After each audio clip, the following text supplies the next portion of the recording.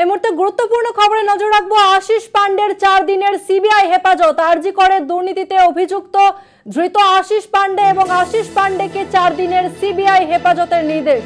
আর একবার জানিয়ে রাখবো, আশিস পান্ডেকে 4 দিনের সিবিআই হেফাজতের নির্দেশ।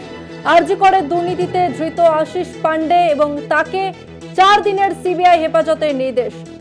আরজি করের প্রাক্তন অধ্যক্ষ সন্দীপ ঘোষ ঘনিষ্ঠ আশিস পান্ডে আর্থিক দুর্নীতি মামলায় তাকে গ্রেফতার করেছিল সিবিআই। আর এবার আশিস পান্ডেকে 4 দিনের সিবিআই হেফাজতের নির্দেশ। আরজি করের দুর্নীতিতে ধৃত আশিস পান্ডে তাকে এবার 4 দিনের সিবিআই হেফাজতের নির্দেশ দেওয়া হলো।